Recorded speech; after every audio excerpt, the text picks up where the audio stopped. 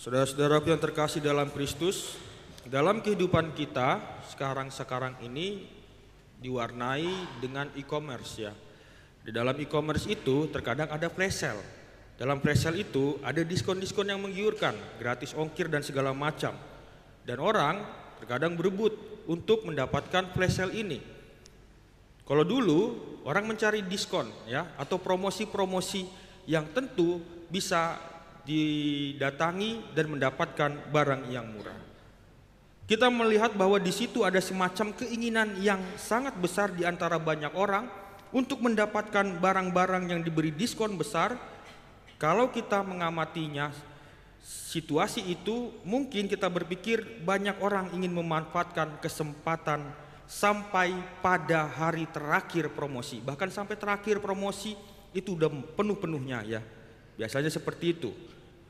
Orang rela mengantri, bahkan menunggu jam 12 malam gitu ya, untuk bisa memencet tombol check out atau mengantri panjang-panjang demi mendapatkan barang yang diskonan ini.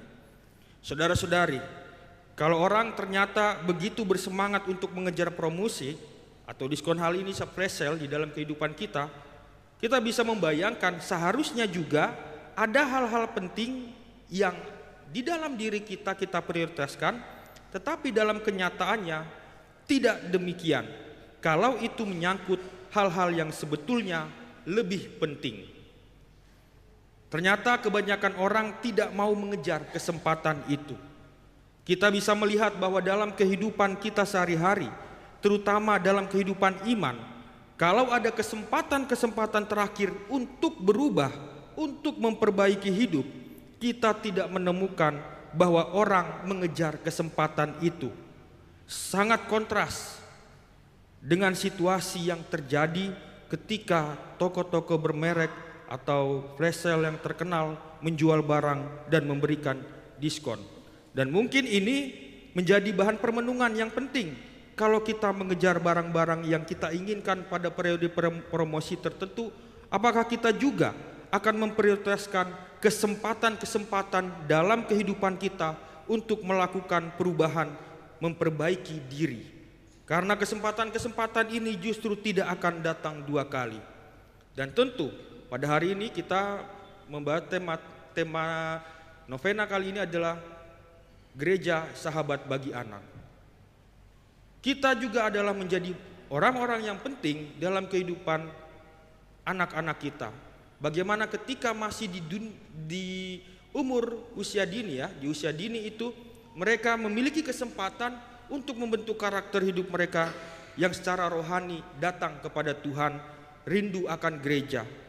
Jangan sampai fenomena yang terjadi saat-saat ini, anak-anak kita, anak-anak remaja, anak-anak kecil enggan lagi untuk datang ke dalam gereja. Karena apa? Gereja dirasa sangat membosankan. Dan tentu hal inilah yang karena masih di usia dini, mari bersama-sama kita berusaha untuk mengusahakan bagaimana anak-anak ini mau datang untuk ikut kegiatan rohani. Kadang di dalam pertemuan-pertemuan di wilayah-wilayah itu ya Bapak Ibu sekalian, ada kelompok anak, ada bina iman anak gitu. Tapi dengan alasan sibuk, orang tuanya malas nganter gitu. Orang tuanya karena kecapean jadi nanti aja. Padahal hanya nganter sejam saja ikut pertemuan. Tapi karena dengan alasan kita lelahlah, sibuklah, kita mengabaikan anak kita sendiri.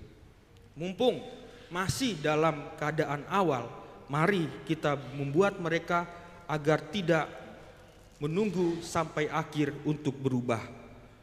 Saudara-saudari, hari ini juga kita merenungkan Injil Matius 11 ayat 20 sampai 24. Di sini Yesus mengecam kota-kota yang tidak bertobat, sekalipun di situ ia paling banyak melakukan mujizat-mujizat. Tapi mereka tidak mau bertobat dan tidak mau melihat tanda-tanda itu. Saudara-saudari, Yesus mengungkapkan di sini kesedihannya atau keprihatinannya karena ada kota-kota yang tidak mau bertobat kalau mendapatkan sesuatu hal yang luar biasa. Di sini kita bisa membayangkan bahwa kota-kota itu adalah diri kita sendiri. Mungkin kita bisa menarik pesan yang penting di sini. Ada banyak orang yang diberi kesempatan dalam kehidupan mereka untuk melakukan perubahan, dan seringkali kesempatan itu adalah yang terakhir. Maka di dalam bacaan Injil tadi ya disebutkan hari penghakiman. Ya. Jangan sampai pada hari terakhir baru kita mendapatkan dan mengambil kesempatan itu. Segera sesudahnya ketika orang memutuskan untuk tidak melakukan perubahan apa-apa dalam hidupnya, kesempatan itu mungkin tidak akan datang lagi.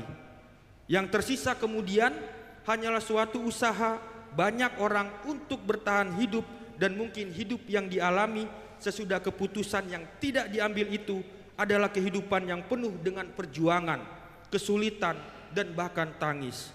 Mungkin kita memang tidak bisa mempertimbangkan lagi apa yang sudah kita putuskan, tetapi kita mampu melihat bahwa di depan kita, di masa depan, esok hari, minggu depan, bulan depan, ada kesempatan-kesempatan yang baru yang perlu kita pandang sebagai kesempatan terakhir.